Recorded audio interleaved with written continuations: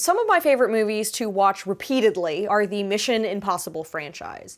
It has come to the point where I literally fall asleep to them because, the nukes aren't gonna go off.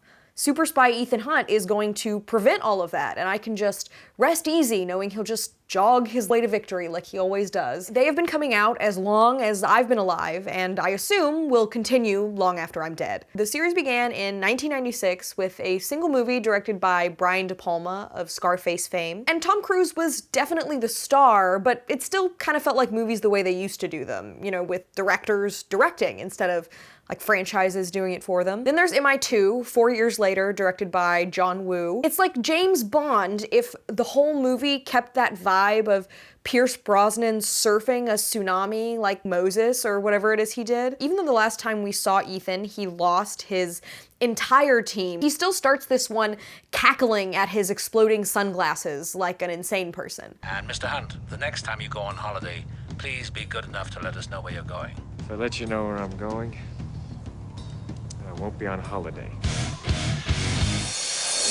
But I think the franchise really gets going, as we know it today, with Mission Impossible 3, because it kind of tonally becomes what we're used to. It has this very sleek look and some very sparse, like funny, ha-ha action humor. Simon Pegg is in them, collecting money for his next house every 2 to 3 years without fail. And they all have this very clean, sanitized, like Daniel Craig, James Bond look. Like they're trying to be a serious spy movie, but they're ashamed of how stupid it is that they have a face-changing machine. But most importantly, I feel like, at least, this is the movie where the franchise really becomes the Tom Cruise show. And every character, from the other spies who are always so honored to be working with him, to the beautiful actresses that they always cast to have awkward, stale sexual tension with him, he kind of becomes the franchise. And that is what really got me thinking too hard, because Tom Cruise is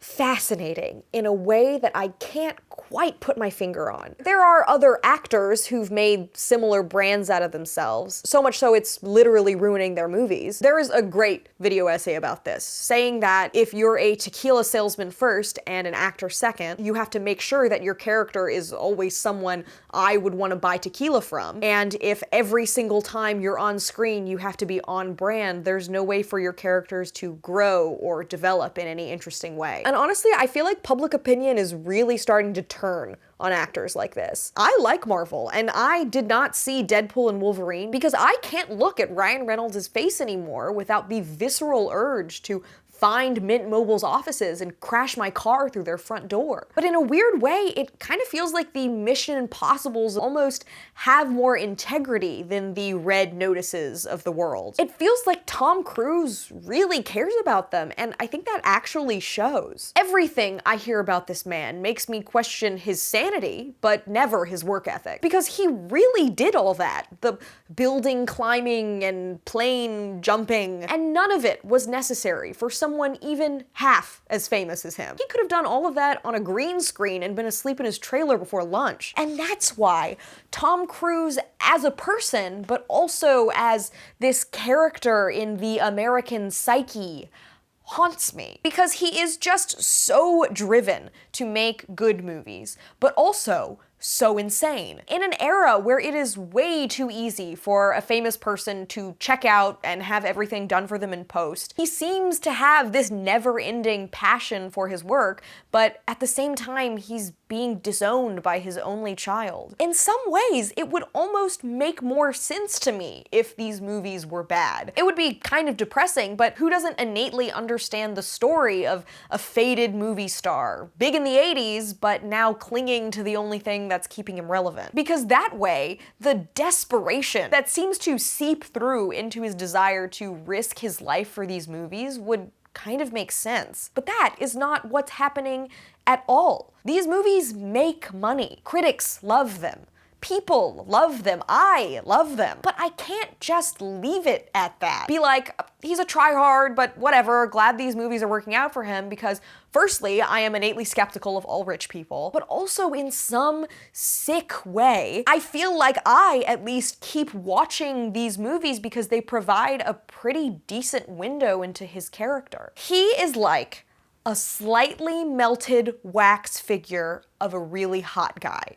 Like, even in Dead Reckoning, you can still kind of see the bone structure that Nicole Kidman married, but there's just something off about him. Like, he really is a lizard person wearing a human mask. So, for most of these movies, he is very hung up on his ex-wife, who we are introduced to in number 3, when she is at their engagement party and a group of her friends are talking about how attractive he is. Ladies,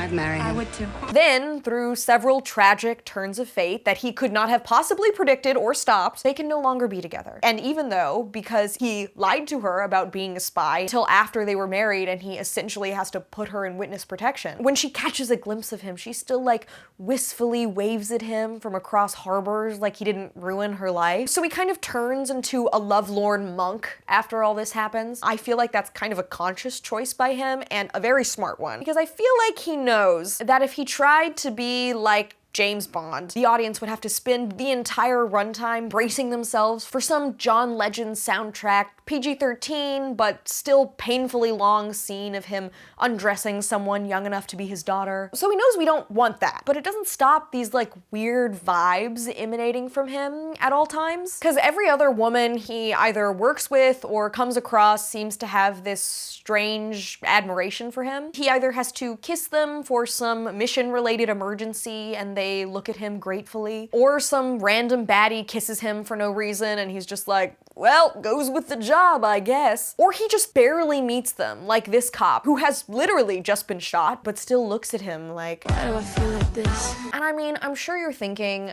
maybe it would be a good plot point for him to get over this woman and have a romance with a woman his age or maybe his experience level as a spy. And to that, I say, what are you, a stupid idiot? He'd rather die. Also, I need to mention that literally no one in this known universe will shut up about how amazing Ethan Hunt is, especially during Fallout, which is my favorite of all these. It feels like one of the main marketing ploys, especially with their trailers, was trying to kind of not really convince everyone that he had finally cracked. How many times has Hunt's government betrayed him, disavowed him, cast him aside? How long before a man like that has had enough? But only because he had so thanklessly and badassly saved the world too many times to count. When Simon Pegg finally gets to work with him in the field, he literally fanboys about how much of a dream this is. This is very exciting. Being out in the field with you know, it's a bit of a dream for me. Love your disguise, by the way. You look just like him. So he is just the spyiest spy to ever spy. No one does it better than him. No one is better than him. No one thinks better than him. No one's smarter than him. Period. So Tom Cruise does allow for some humor at his expense, but the joke is always just that he's too good at his job. It's either one of the other characters expecting him to do the impossible, like climb the Burj Khalifa. I'm telling you, we can get to it from outside. we? I'm on the computer. What floor is it on? 130. 130. The implication being that he is just so amazing that his team expects him to do extraordinary things like it's nothing. And then there's the other kind of joke where his team is like back up against the wall, they say, oh, we're totally screwed, and he just manically goes to them, I'll wing it, I'm going out there and I'm gonna wing it, we can't let the radium get away. And the whole team is like, Ethan, are you crazy? This is literally impossible what you're trying to do. So in these humorous moments, he does kind of allow himself to seem flustered, but at the same time, they're not really at his expense, are they? Because it's clear to the audience that he's gonna figure it out. We just need to wait and see how he does it. Turn left! Go, go, go, go! What are you waiting for? I'm jumping out a window! Oh, sorry. Good luck. Chris Fleming has this great song that basically says Tom Cruise is always doing the most because he has a dad voice in his head that he's always trying to please. And instead of letting that be, he lets it take over his life and goad him into doing too much and trying too hard. But frankly, I think there might be something more sinister at play. There is this one hilarious press video that I actually think about a lot, where in Dead Reckoning, in the stunt where he jumps off of a cliff on a motorcycle, there's a little bit of a delay between him jumping off the cliff and someone reporting back to the director saying, "Oh, he's alive." And the director is just so clearly absolutely shitting himself because he knows that his career is over if Tom Cruise dies today. Then Tom Cruise comes to him and he goes, "You know what? I want to do it again, and this time I want to wait longer before I pull my parachute." That clip really reminds me that no matter what, these movies are the Tom Cruise cinematic experience. They kind of are him. Because there are a lot of movies out there that feel soulless. A studio ordered them because of statistics, and actors agreed to be in them because of money, and directors agreed to direct them because of prestige, and no one really seems to care. But Tom Cruise, he cares. And yet these movies still feel kind of hollow to me. It's almost like they are good enough that who Tom Cruise is almost successfully eclipsed by who he wants us to see.